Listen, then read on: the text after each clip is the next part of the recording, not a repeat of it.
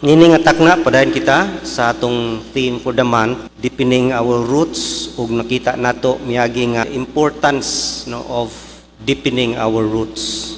Unsa gyud ka importante kini sa atong kinabuhi nga diin kini gayud ang patukuranan sa tanan, no? Without it, kung di ta mag-deepen ng atong root, ang problema gayud is we will fall. Og dali ra ta mapildi, matumba, maguba by mga butang nga makaguba gyud sa Kristohanon. Labi na gayud kini mga trials and sufferings nga usahay mao'y mga hinungdan nga muhinay ang atong pagkinabuhi diya sa Ginoo. By worldliness, din madala kita sa kalibutan, mas wipe out tungod kay wala gyud mo tiglom pagmaayo ang atong mga gamot. Munang it's very important gayud ang mudipin na ang roots. Ug isa pa niana nga dili lamang ta matumba kun dili usab mo bunga gayud kining prutas.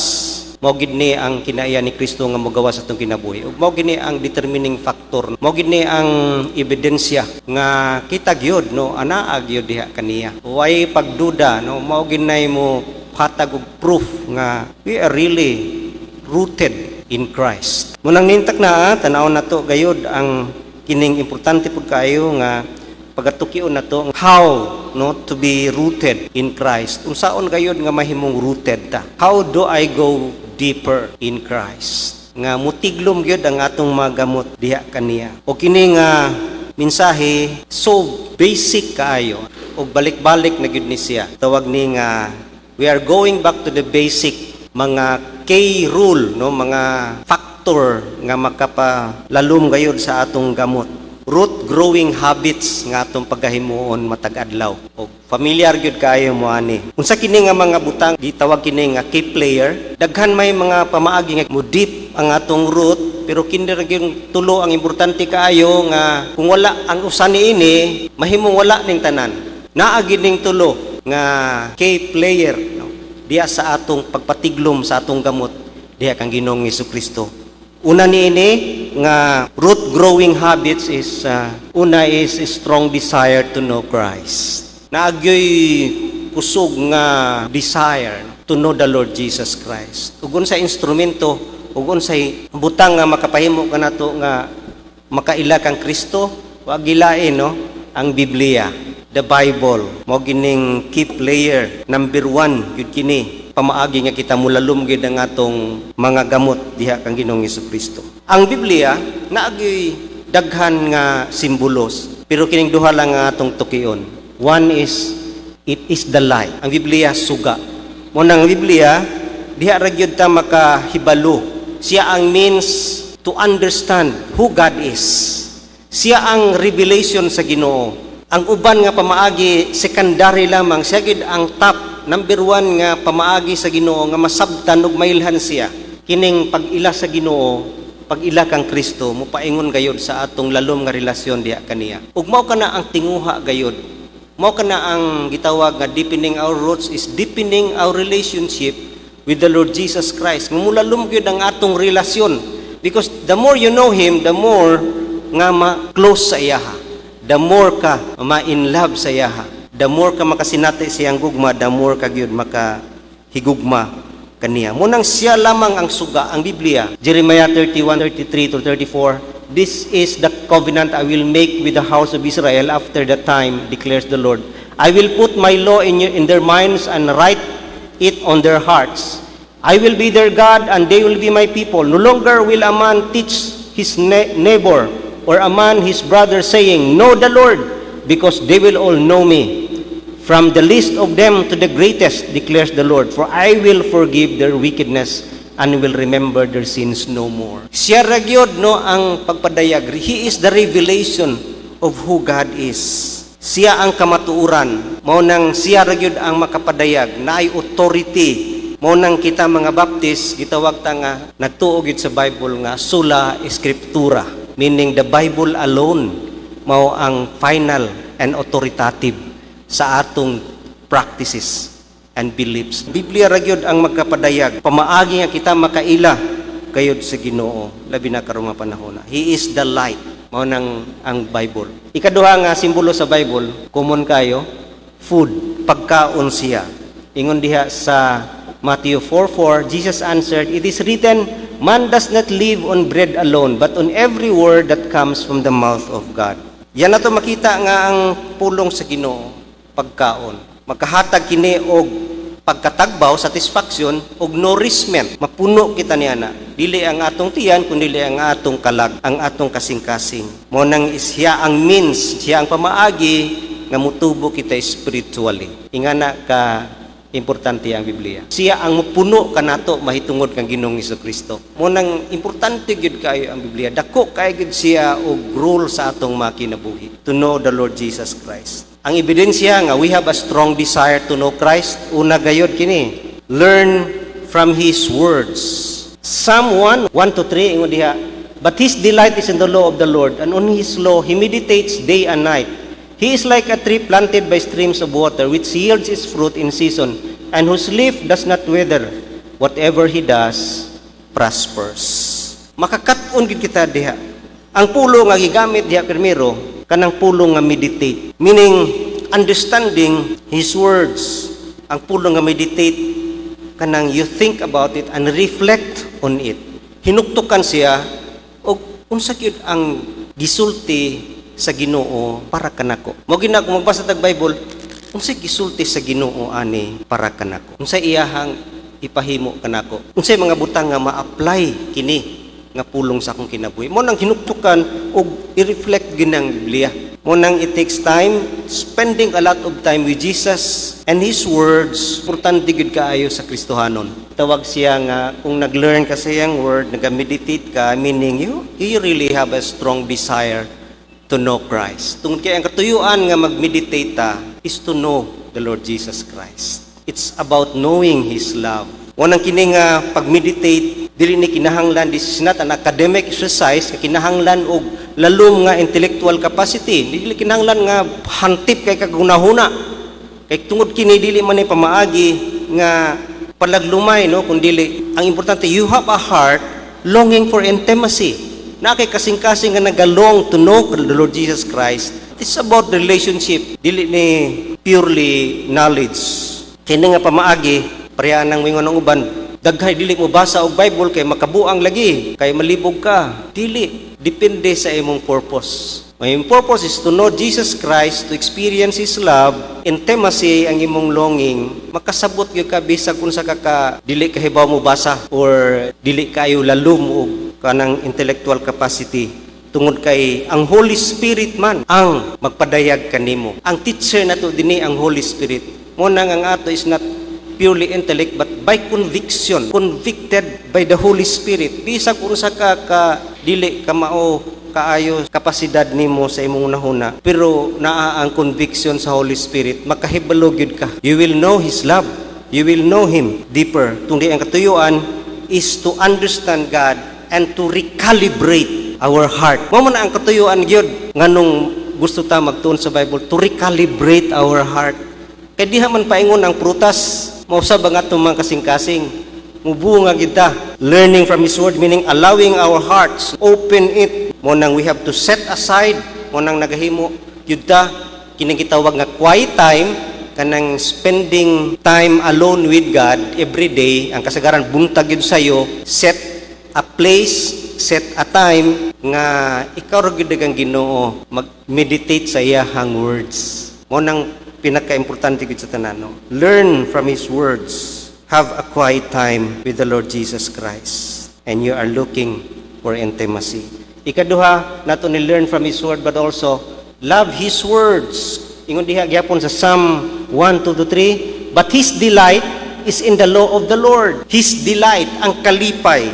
Salmo 19:9-10, ingon diha, the fear of the Lord is pure, enduring forever. The ordinances of the Lord are sure and altogether righteous. They are more precious than gold, than much pure gold. They are sweeter than honey from the comb. Ang pulong sa Ginoo, mura gyud na siya sa mga naay strong desire to know Jesus Christ. Kalipay gyud ang pagbasag Bible. Kung naa kay problema sa pagbasag Bible, kapuyan ka, murag wala ang ebidensya sa strong desire to know Christ. Kapuyan gani ka magbasa, ay problema ang imong desire for intimacy. Kay ang pulong magit sa Ginoo, kung naagi kay strong desire, it is a delight. Kalipay gyud ang pagbasa sa iyahang pulong Malipayon gid ka. Kay that is food for the heart, sa atong soul. It gives satisfaction sa mga gipanggutom diha sa pag-ila kang Ginoong Hesukristo. Meaning kung wa ka nagahunger, naay problema ang atong mga kinabuhi ni ana. Wa ka nagalong sa iyahang word, wala gid ka giuhaw sa Ginoo.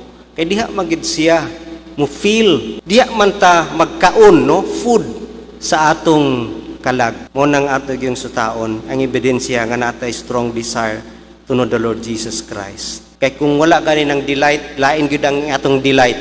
Tuag gyud sa kumpara, cellphone o Bible, cellphone gyud ang atong delight. TV, entertainment, mao gyud toy atong delight ug kalipay versus the Word of God. Ikatulo, not only love His words but also live out His words. No ikinabuhi gayud ang iyahang pulong. Diya makita nato nga to know Christ is to experience His love. To know Christ is to walk with Him. Maglakaw ka uban niya. O maglakaw ka uban niya, it means following Him. Go. Colossians 3:16 to 17. Let the word of Christ dwell in you richly as you teach and admonish one another with all wisdom as you sing psalms, hymns, and spiritual songs with gratitude in your hearts to God. And whatever you do, whether in word or deed, do it all in the name of the Lord Jesus, giving thanks to God the Father through Him. Whatever you do, live out the words. Ikinabuhi ginato ang iyahang pulong. Be what it says we can be. Mahimo kay ikaw unsay gisulti sa Bible sa capable nga mahimo gipadayag diha sa iyang pulong, kinahanglan diha kita paingon. Be what it says we can be. Go where it says we will go. Adto kita kung unsay giingon sa Bible diha nga asa ta paingon, asa ta moadto, adto kita. And also do what the word tells us to do. Himua kung unsay gisulti gayud sa Biblia. Mao nang the word of Christ lives in you richly. It means eat, digest it, and live it. Live in its power. Kay diha gyud ang gahom sa iyahang mga pulong. Mao nang we have to be serious today sa iyahang mga pulong gayud. Kay mao gyud na ang primary means to know the Lord Jesus Christ. Kinahanglan i-prioritize gini above all. Ang uban karon mga simbahanan, dili na ang pulong ang primary. Sahay ang praise and worship na. Munang daghan kaayo praise and worship kaysa word of God. Ang uban wa na po'y Sunday school kay praise and worship na po. Munang atong bantayan nga we are sola scriptura. Balik nato na tanaw. Because diha lang pamagi we learn from His word, no? We will know His love. Kung mailhan nato ang iyang gugma, we will come to trust Him in everything. Mupaingon gini sa pagtuo. Musalig kita kung makaila ka sa iyang gugma. The more you love, the more you know His love, the more you trust Him. Ug mutubo ang atong pagtuo. Muna ingon diha sa Romans 10:17, consequently faith comes from hearing the message, and the message is heard through the word of Christ. Mutubo yung pagtuo diha lamang kayo sa when you hear and hear the word of God. Faith comes from hearing and hearing His word. Mao gina ang primero, other things secondary na siya. Ug di na siya dapat maikaduha kay mapakyas gitang tanan diha. Mao nang importante kayo. Kay diha gid ang unang pamagi nga mudip ang atong roots to know the Lord Jesus Christ. Ikaduha nga root habits mao kini, speaking and submitting to Christ. Ug unsa kini? Speaking and submitting to Christ by means of prayer. Ikaduha nga butang nga importante kay sa atong kinabuhi nga makailata or mudipin ang atong roots is prayer. Ikaduha siya sa Bible. Speaking ang tawag diha. Ingon diha sa Matthew 6:9 to 13. This then is how you should pray. Our Father, hallowed be your name, your kingdom come, your will be done on earth as it is in heaven. Give us today our daily bread, forgive us our debts as we also have forgiven our debtors. And lead us not into temptation, but deliver us from the evil one. Prayer, basic kaayo or simple meaning of prayer is talking to God. Pakig-istorya sa Ginoo. Ang pakig-istorya, dako kaayo kalabigitan sa pagpatubo sa relasyon. Labi na sa managuyab, istoryahan na gina. Mag-asawa, istoryahan na gina. Communication. Deepen relationship. It is communication. O pariha po di nga na, akaimtang nato diya sa Ginoo. We speak, no? Tell Him our fears, our problems, our hopes, our struggles, and we confess our sins. We also thank Him. Diha ang pamagi sa pag-istorya sa Ginoo. It means also not only communication but also companionship. Mao kana ang tinuod nga katuyuan sa prayer. It is companionship. Tungod kay sama sa Bible ganiha is tunod the Lord Jesus Christ, ang prayer usab dako kay kahimuan nga kita makaila gyud sa Ginoo. Kita makaila sa iya through prayer. Pakig-istorya kanunay no sa Ginoo, makaila gyud ka kaniya. Ang prayer ang tinuod nga expression of intimacy diya sa Ginoo. Anong gusto ang mag-uyab istoryahan nay kanunay? Because they long for intimacy. Intimacy man gyud ang tinguha diha. Mo nang ang atong pag-istoryahan nay labi na kining purpose sa atong prayer, not mainly our needs, kay usahay mahimong focus ang atong need pag kinahanglan nganong dangop ta sa Ginoo. Mo dangop ta sa Ginoo dili primarily pag kinahanglan. We long for His presence. Kay He is more than our needs. Siya gayud ang sentro sa pagampo. Mo nang ang kasagaran gyud kapuyan magampo kay dili man siya sentro. Dili siya ang nahimong gikinahanglan nato kundi naatay gusto nga mga pangayoon sa Ginoo ug mga gasa nga gusto ma-receive nato. Mao nang kapoy mag-pray kay ang sentro mga needs man. Pero kung sentro relationship, why kapoy mag-pray? Walay burden mag-pray bisan pag-adlaw-adlaw og pila ka oras. Wala gyud kapoy tungod kay ang sentro ani relationship man. Heart man, no? Not the blessing, and prayer is not a duty and discipline. Kundili, you are talking to the highest pinakataas nga tao. Pribilehiyo gyud maka istorya ka. Ganahan na ganiron makikistorya og artista. Samot na kaha kung Ginoo ang imong maistorya. What a great privilege and a delight nga imong masinati diha. It is companionship. Mo na kung makita nimo diha sa prayer, mag-una gyud ang hallowed be your name, your kingdom come. Mag-una gyud ng Our Father who art in heaven. That is relationship. Hallowed be your name. Siya ang number one gyud. Siya ang una. Wala gyud giuna diha ang Father give us our daily bread. Muuna gyud ang hallowed be your name. Una gyud ang worship. Una gyud ang praise sa atong pag-ampo. Mo nang it is talking to God. It is about relationship. And prayer also is submitting to Christ. Pag-submit, no? Muna makita nimo diha sa ikaduha nga paghuman sa Our Father who art in heaven, your kingdom come, your will be done. Ang nagsunod dili ang daily bread. Kay kini mga petisyon nato, Lord ayuha ko, pero mag-una gyud kung imong kabubuton nga di ko ayuhon, your will be done. Mag-una gyud ang your will be done. That is submission. Tun kay ang Ginoo nasayod sa iyahang plano. Mas kita wa nasayod. Mo nang we are nothing, we are dependent. Mo nang prayer is acknowledging our nothingness. Wa gitay mahimo. Acknowledging sa iyahang pagka omnipotent o kita impotent. Mao na ang prayer. Kung di nato na masinati, wala ta nag-submit diha kaniya. Mo nang prayer is submission. It help us align our will to God. Mao nang nindot nga prayer of resignation. Your will be done. Diha makita nato nga mutubo gyud ang atong roots kung naa ng prayer. Diha paingon gyud sa iyang gugma. Masinati ganin nimo nganong naay mga panahon nga magno siya, wa nagpasabot nga wa siya nahigugma, mas matungkad nimo ang kalalom sa iyang gugma paingon niya no. Kay naa pa day gi-prepare diya mas the best pa kaysa ay imong gipangayo. Experiencing His love through prayer. Mo nindot kay sa atong kinabuhi. Kay baw siya what is the best. Mao na ang iyang kabubuton. Atong kabubuton pagtuon nato mo na the best. Pero kapakyasan ng uban. Unang prayer, dako kay kahimuan gayud sa atong kinabuhi. Kung may sentro kini diha sa relationship o dili sa atong mga pangayo o sa atong mga kabubuton. And lastly, it is striving to grow in love. Striving to grow in love for Christ and in Christ. In Christ and for Christ. Asa nato ni ma-experiencehan nga gugma, nga ikatulong nga factor, the church. Diha sa iglesia. Unang tulog yun kabutang, the Bible, prayer, og church, og kinahanglan nga wagay mawala aning tulog. The church, nagaplay usab og key role sa atong pagdeepen sa atong roots. Tungod kay diha nato masinati sa church ang iyahang gugma. Experiential. Hebrews 10:24 to 25, yung diha, and let us consider how we may spur one another on toward love and good deeds.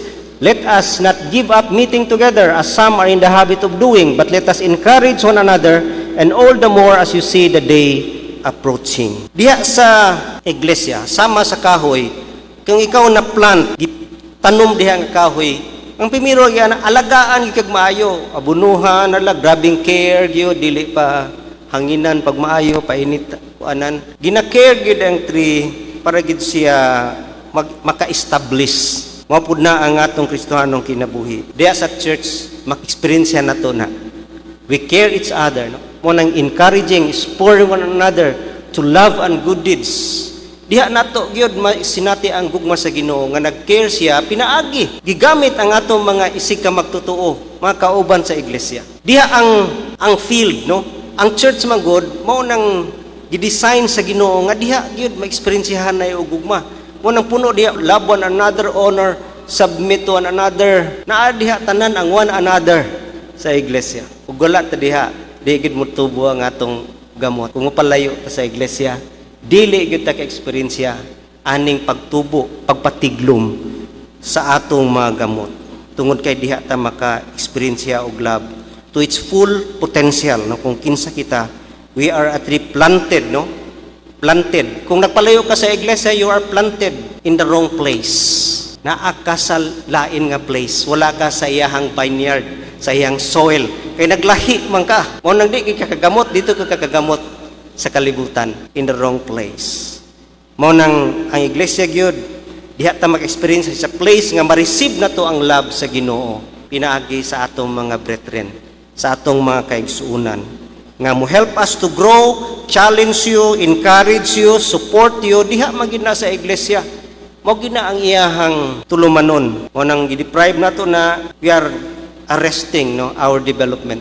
Nag-arresta sa atong pagtubo, pagpatiglom sa atong mga gamot. Knowing how much we are loved, kana bitong masinati ka, unsa ka gihigugma, gugma sa Ginoo, mugro gyud ang imong love, mugro gyud ang imong root diha kaniya. Experiencing His love every day, ug diha magina sa church, di magina makita sa laing lugar. Mo nang it gives power nga knowing His love, we are filled with confidence and peace. Naagid ang kalinaw og pagtuo, naagid tay pagsalig. Kay we are loved. Kung ikaw gani, you are loved. Musalig gid ka sa tao, oy, kay gihigugma maglabing pahigugma niya sa imuha. Mas mulalum pag gid ang inyong gugma, no? Kay mao nay makahatag gayud og garantiya kanato. Not only nga kita seize that love, no, receive that love, but also share His love. We receive that love from the Lord. We share also that love to others.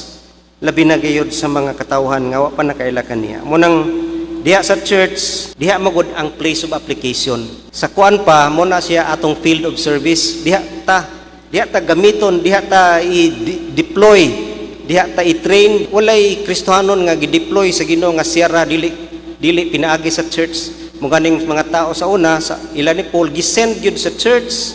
Kay ang church mao gi-authorize na ang authority sa church.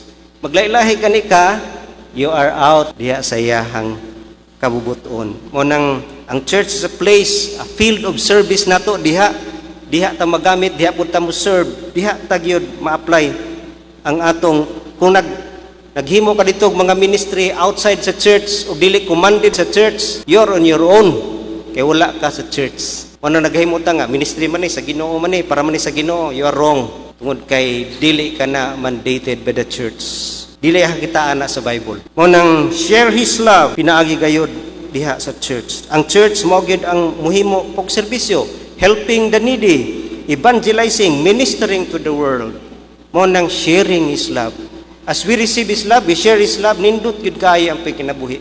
Mas mo draw closer kita sa iya because we live in His love. We always work in His love. Mo nang mas muglalom pag gyud, mo deeper pag gyud ng atong love, labi na gayud makita nimo ang love sa Ginoo ngadto sa mga tao. You will see the love of Christ diha sa mga tao tungod kay unsa gid niya kahigugma ang mga tao. Mas mulalum pa ang imong pag-ilaw og pagsabot sa iyang gugma. Mo ngana gayud ang gahom sa iyang gugma. Mo nang striving to grow in love diha gyud sa fellowship, diha sa church, diha ta maka-receive ug diha ta maka-share sa atong love. Og mao kana ang mga butang gayud nga importante sa atong kinabuhi nga mag-play og kay role sa atong pagtubo, sa atong gamot. Number 1 is ang Biblia. Ang purpose is to know Christ deeper.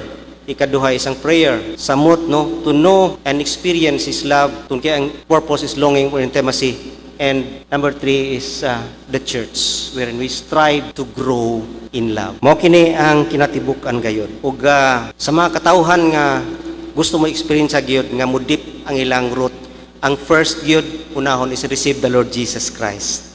Kung wala pa si Kristo sa atong mga kinabuhi, dili pa mutubo ang gamot. Ug walay gamot nga mutubo diha sa imuha, kay wala pa ka maka-establish ug wa pa ka na plant diha sa iyahang soil, which is the Lord Himself. Munang dawaton nato si Kristo sa atong kinabuhi, ug diha ta makaangkon gayud og sugod-sugod hinay-hinay nga pagtubo sa atong mga gamot diha kaniya. And it is a power for us ingon sa atong text nga kung mao kanay makahatag gahom kanato, kumutiglom gyud ang atong gamot tungod kay mo paingon gina ngadto sa prutas sa atong mga kinabuhi. Mo nang nining taknaa, be planted in God's vineyard before you become rooted in Christ. No root, no growth, and no fruit. Kita gayod mahimo gayong mabungahon sa atong pagkinabuhi. And nothing will be able to destroy us. Walay makapaswipe kanato, labi na gayod, walay makapaundang kanato nga magmabungahon gayod matag adlaw sa atong kinabuhi. Let us